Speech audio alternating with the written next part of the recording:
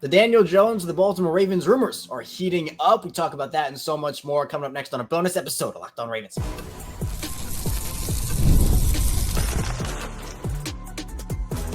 You are Locked On Ravens, your daily Baltimore Ravens podcast. Part of the Locked On Podcast Network, your team every day. Welcome into another edition of Locked On Ravens, your daily Baltimore Ravens podcast. I'm your host, Kevin Ostreicher of Ravens Wire, here with you on the Locked On Podcast Network, your team every day. Thank you so much for tuning in today, making Locked On Ravens both a part of your day and your first listen each and every single day, free and available for you, all podcasting platforms. That includes in video form on YouTube, where you can like and subscribe, also in audio form where you can follow along and subscribe over there as well. 5 days a week plus more of daily Ravens coverage here, news, analysis, updates, and a lot more. Today's bonus edition of Locked On Ravens is brought to you by Game Time. Download the Game Time app, create an account. Use code Locked On NFL for $20 off your first purchase.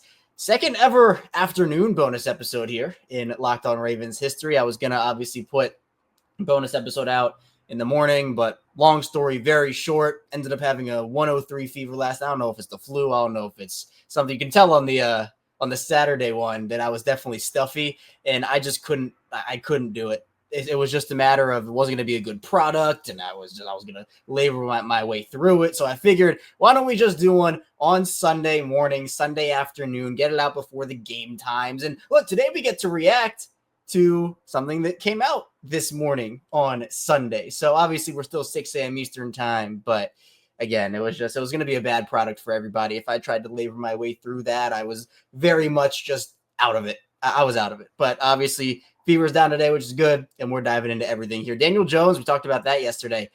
Those rumors are heating up. Came out this morning that Ravens are going to be possibly a team to look at for Daniel Jones, something we talked about yesterday. So we'll talk about those rumors and dive into that conversation a little more. Eddie Jackson is now gone. We'll talk about that drama coming to a close, and then we'll do a little Ravens and Chargers mini preview. So let's get into this thing. Daniel Jones is someone that, look, he'd be Lamar Jackson's backup if this were to be the case, but Adam Schefter and a bunch of others as well, Jordan Schultz, but we'll start with Adam Schefter. Adam Schefter says the Baltimore Ravens and Minnesota Vikings are two of the likeliest teams to land free agent quarterback Daniel Jones per sources, but they are hardly the only ones. Jones wants to sign with a playoff contender, and what happens in Week 12 is expected to influence his decision. So obviously we had the conversation yesterday about what opportunities Daniel Jones would be most open to. Would you want to go to a place like Las Vegas or Dallas or somewhere like that to maybe start for the rest of the season, or would he want to latch on to a playoff contender, be a backup, and try to work into an offensive system and learn that? So obviously with these reports, and Jordan Schultz actually listed off a couple of other teams as well. It's not just the Ravens and the Vikings, but it's also Lions, 49ers, Dolphins. And he wants not only for the chance to join a contending team, but also to develop in and grow an offensive system where he can learn and grow. And Jordan here saying the decision could come as early as this week. So Daniel Jones, I think, clears waivers if he does on Monday. And look, with that contract, I'd be shocked if he doesn't. This isn't like the Ravens have to take on so much money for Daniel Jones. They're not going to claim him on waivers. I don't think any team's going to claim him on waivers with that deal, which is quite a poor deal if we're being honest. If he clears waivers, clears the way for him to sign a minimum type contract with Baltimore. And we said this on yesterday's show too. It's not like if Lamar goes down, Daniel Jones is this franchise's savior, right? If Lamar goes down, this team is probably not winning anything. But it gives you a better shot, in my opinion, to win with Daniel Jones as opposed to Josh Johnson. I think Daniel Jones is more adept to working in this Ravens offensive system with his athleticism.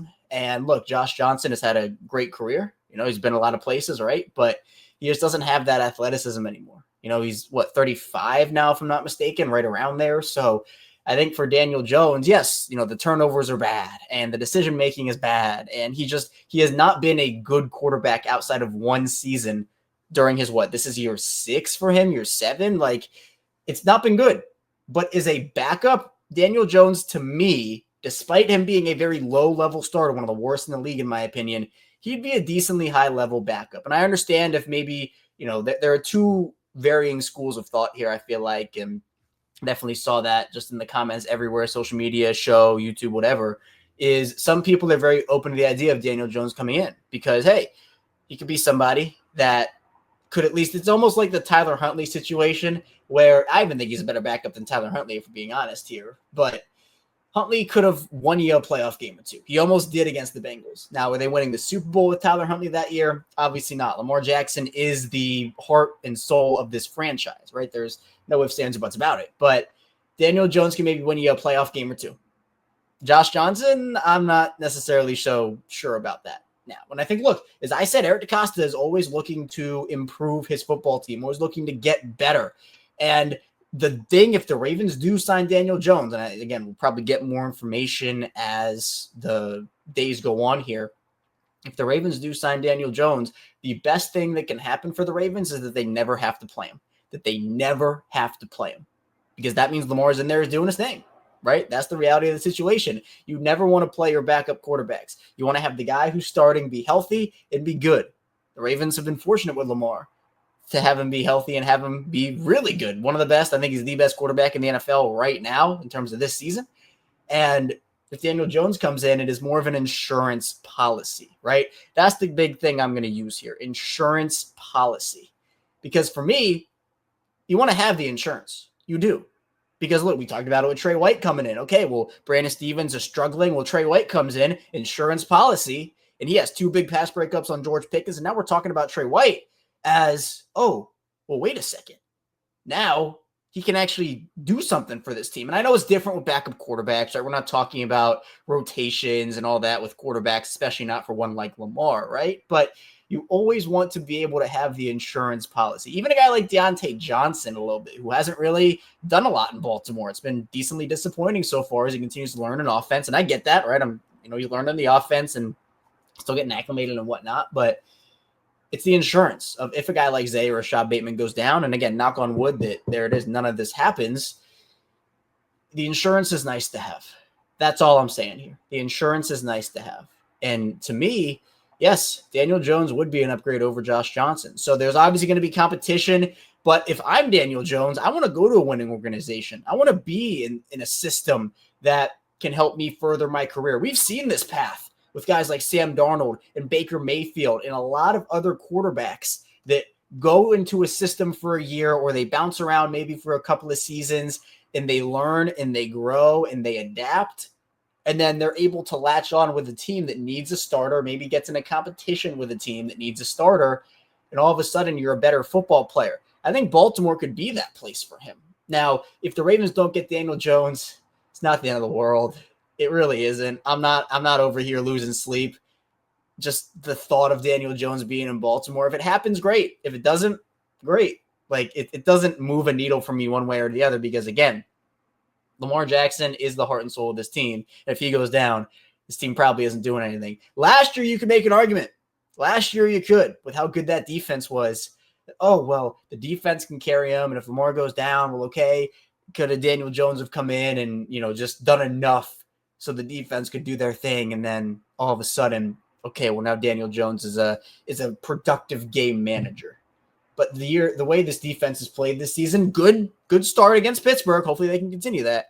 But the way this defense has played, I don't have as much confidence in that anymore. So it is certainly a possibility. It appears that Daniel Jones does come to the Ravens, and we'll see how it unfolds over the next couple of days because I would expect a decision decently soon based off of everything that we're hearing here. But kind of cool to react to the news of Sunday morning here on Sunday morning. So coming up in the second part of the show, we'll talk about the news that happened yesterday on Saturday. Eddie Jackson officially done as a Baltimore Raven. All that and more coming up next on Locked On Ravens.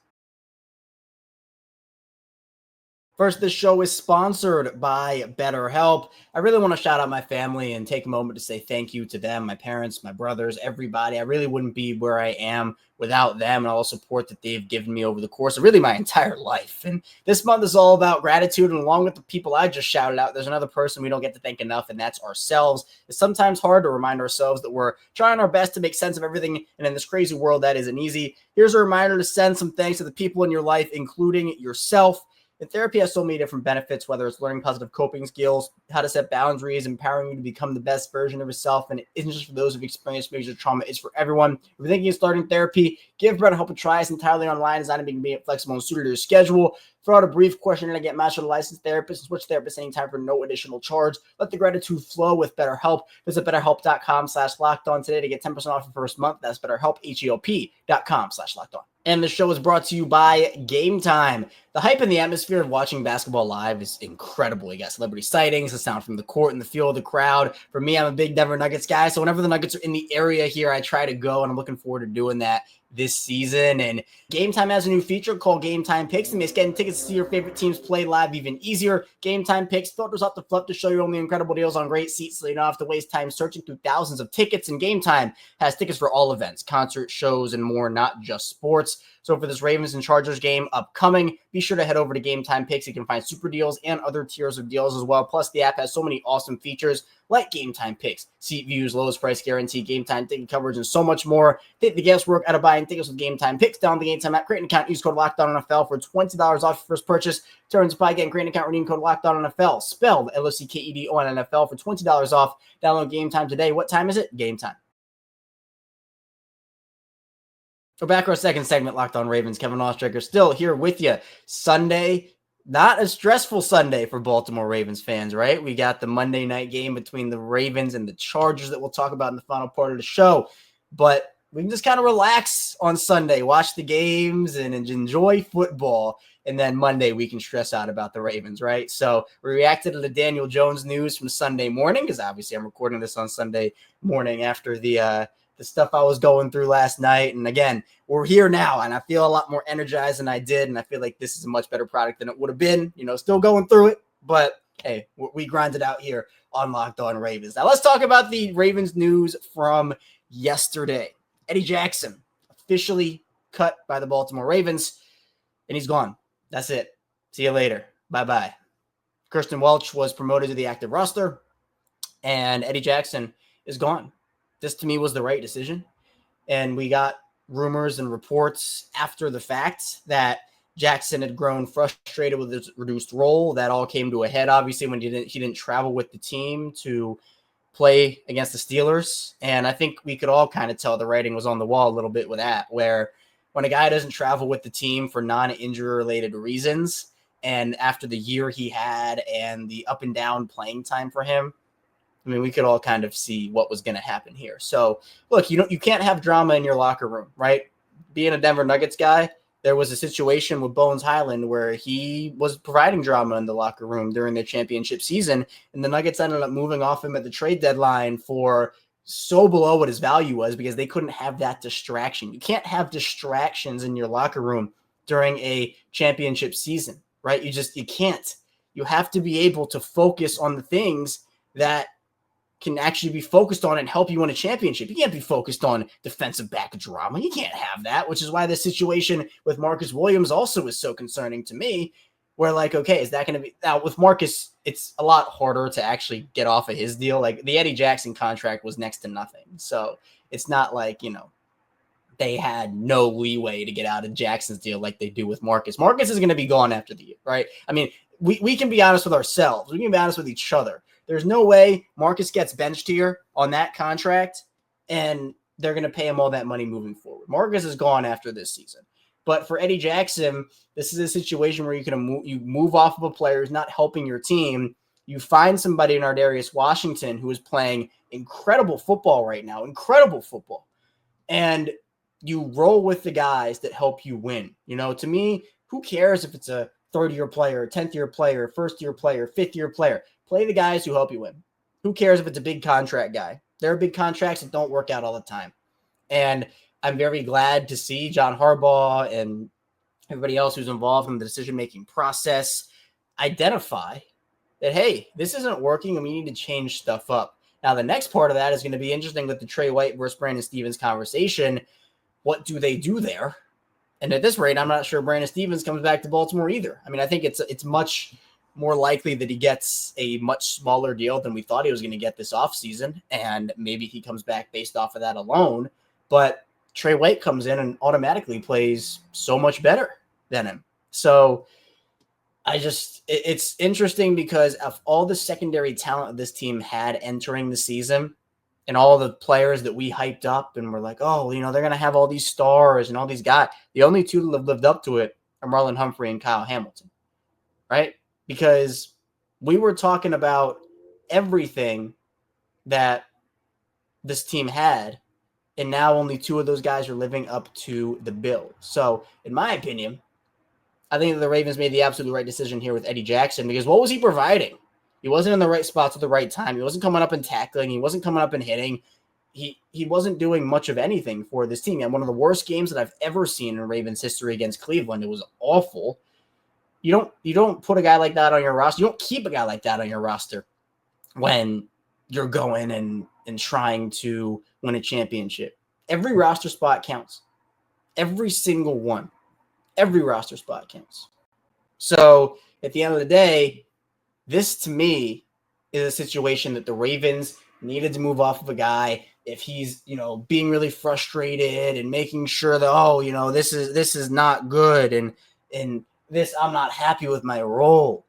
I mean, I don't think the Ravens are very happy with your play. Like, that's the problem here. They'd be playing you if you were even doing decent stuff for the team, but you weren't. That's the tough part here. It's disappointing because that's the guy the Ravens brought in to be their veteran safety, and it was really, really bad. So now you move forward with Darius Washington and Kyle Hamilton as your 2. You have the rotation between Brandon Stevens and Trey White, I'd assume, and then you have Kyle Hamilton and Marlon Humphrey being your stars of that defense. That essentially what it comes down to, at least the stars of the secondary, right? That is exactly what you need. So in my opinion, this Ravens team, there's a lot that they can improve on, but it starts with trying to find changes within yourself. And if a guy's going to be a distraction, if a guy's not playing well, if a guy's not doing his job, well, you got to move on. There's a lot of loyalty in sports. There's also not a lot of it. It's a two-way street there.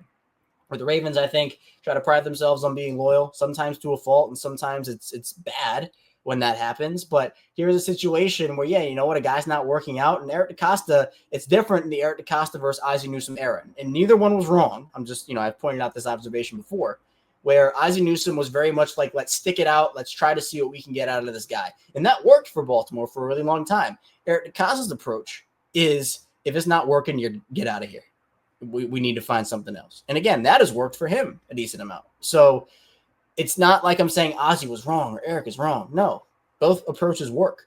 But this is not off par from what Eric DeCosta has showed over the course of his tenure as the Ravens general manager. So I thought it was a good move for the Ravens. Eddie Jackson wasn't providing anything, and if he's a distraction, just get him off the team and move on. We're coming up with the final part of the show. We will dive into a Ravens and Chargers mini preview. Stay tuned, plenty to get to on the show.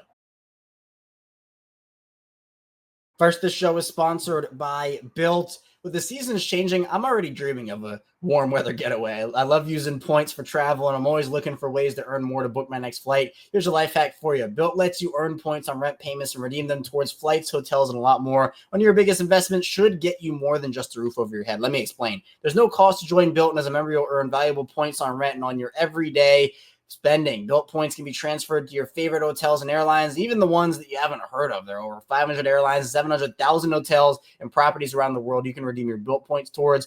Points can also be redeemed towards a future rent payment and unique experiences that only Bilt members can access. So if you're not earning points on rent, my question is, why not? Start earning points on rent you're already paying by going to joinbilt.com/lockedonnfl. That's joinbilt.com/lockedonnfl. Make sure to use our URL so they know we sent you. Joinbilt.com/lockedonnfl. Start earning points on your rent payments today. We're back. Our final segment, Locked On Ravens. Kevin Oestreicher still here with you. Appreciate everybody for being here on this Sunday afternoon. Again, second ever bonus episode Sunday afternoon in Locked On Ravens history. So we're making history here on the show. Be sure to like and subscribe in video form and follow along in audio form. In video form, we're less than 500 away from 10,000, which was my first big goal starting this up in 2021. So really appreciate if you could hit that like button and subscribe in video form and audio form. Obviously, we started that before we did video form, and that community has been incredible. So be sure to like and follow, subscribe, everything you can over in audio form as well.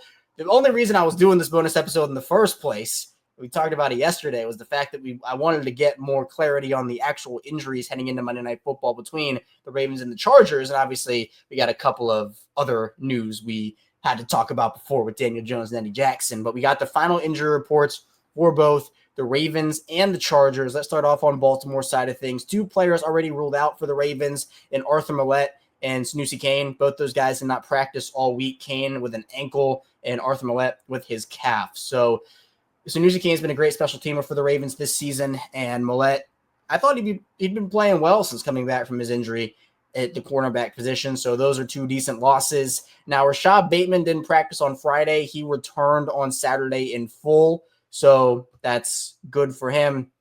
Dafe Owe had 3 straight practices of full. He has a neck thing, so he'll be out there. Justice Hill was in concussion protocol. He's all done with that, though. He does not have a game designation. Kyle Hamilton, 3 full practices, and Nelson Aguilar didn't practice on Thursday with an illness, but Friday and Saturday, he is there. Now, 3 people are questionable for the Ravens this week. Roquan Smith didn't practice all week with a hamstring injury. I'd be surprised if he plays, but there's still a shot he does. Hamstrings are tough. Hamstrings can linger, and I wouldn't want Baltimore to put him out there if there is a medium to high chance of risk for re-injury. That's not worth it. Roquan had his best game of the season on Sunday against Pittsburgh before leaving, and if he has to miss a week or two, even if you want to hold him out through the bye just to make sure that everything is good with him, it would just be tough to see him return too early and then have to miss the rest of the season. So I think Baltimore should play the cautious approach here, even though it would be a really big loss, and they'd have to do linebacker by committee with Blake Harrison, Trenton Simpson, Kristen Welch, Chris Board, whoever else you want to throw in that conversation. Travis Jones didn't practice Thursday and Friday, was limited on Saturday. He has his ankle thing that's been bothering him for the majority of the season. I believe he'll play. Again, there's no guarantee he does or doesn't, but just based off of a hunch I have, I think he will. Maybe he'll be limited in the game. But the issue with that is we've seen him be limited in games before, and he doesn't really make an impact. So if he's not 100%, which obviously he's not going to be, or if he's not in a place where he can contribute positively, I mean, I think at that point you might just want to hold him out because clearly he's been trying to push through it, and he's a tough guy for sure. But if he's not going out there and doing what he can, I mean, of course he's doing what he can in a sense of like he's trying to fight through it, but if he can't do what he does in terms of getting to the quarterback, providing interior pressure, stopping the run, because his ankle isn't letting him push off or have strength there, that's going to be really, really tough. And then last one, Tyler Linderbaum. He didn't practice on Friday with a back injury, came back and was limited on Saturday. I think he'll play as well. Just my hunch. So my hunch is that Roquan Smith will not play, and Tyler Linderbaum and Travis Jones will. So 2 for 3, I guess. Hopefully all 3 of them can play. But that's just my hunch right now. Now for the Chargers, so the Chargers side of things, they also ruled 2 players out. Hayden Hurst is not going to play against his former team. He was limited on Friday with a hip injury and then didn't practice on Saturday, so he is out. And then Denzel Perryman didn't practice all week with a groin injury. He's going to be out. That's a big loss for the Chargers defense. He's that guy in the middle, and he has been great for them this season. So I wouldn't call it a Roquan Smith-esque type loss for them, but it's very, very big in the grand scheme of things. He's a very big, important piece of what they do on the defensive side of the ball. Now, Khalil Mack said that he's going to play in this game. He said, why am I practicing if I'm not going to play? So he missed the last week's game with a groin. He was limited all 3 days. He's listed as questionable. The Chargers have a lot of guys questionable here. Bud Dupree, AJ Finley, Cam Hart, and then you also have Dean Leonard, Khalil Mack, Ladd McConkey as well. But I'd expect all those guys to play. I'd say they would. I guess Finley is maybe the only guy he didn't practice for 2 days and then was limited on Saturday, so maybe he doesn't. But I think the Chargers will have everybody but Denzel Perryman, at least in my opinion. So going to be a good test for this Ravens team. The Chargers defense has been really good this season. They're the best scoring defense in the league, giving up just 14 points a game. So that's going to be really, really big for Baltimore's offense, which obviously struggled against the Steelers defense. How can you go up against this Chargers team? And, again, this is still the top rated passing, they're the third rated passing offense in the league in terms of yards, but they're the first rated passing offense in terms of yards per attempt. And they're also number 1 in terms of yards per attempt on the ground as well. So, look, this Chargers defense is going to be tough. It's going to be a tough test for the Ravens back-to-back weeks that they're going to see a tough test there. And even if you want to fast forward a week to Philadelphia, that defense is playing lights out this season as well. So this offense we know can play with anybody. And it maybe is just the thing with Pittsburgh that gets them all out of sorts. But I'd expect some level of a bounce-back performance here from this team. And again, yes, Chargers defense, 145 total points allowed through their games this year, which is incredible. They're a top 5 passing defense. Now, their rushing defense leaves a lot to be desired. They're 24th in the league there. So Derrick Henry has 13 carries against Pittsburgh. I would hope that they use him, Justice Hill. And let's get some Keaton Mitchell action here, right? Let's get some Keaton Mitchell action. I would love if the Ravens do that and get him involved a little more. I get he's still working his way back and figuring things out. But I think to me, you really, really want to be able to figure out what this team is capable of. And we know, on the offensive side of the ball, we know. Defensive side of the ball, we'll see if that Pittsburgh game was a mirage. And by the way, I want to put this on the record. Steelers offense is a lot worse than the Chargers offense. A lot worse. I think the Pittsburgh offense is such frauds. Chargers offense is legit. Chargers offense is good. There are some inconsistencies, but can they do it against a good offense? That's what I want to see. So should be a very intriguing game between Baltimore and Los Angeles here, Monday Night Football. We'll be back here tomorrow on Locked On Ravens, diving into a full game preview between these two teams. So on the way out here on Locked On Ravens, hit that like and subscribe button. Follow along in audio form as well. Audio, video, same show. You're not missing out any which way. Stay tuned, and I'll see you right back here tomorrow on Locked On Ravens.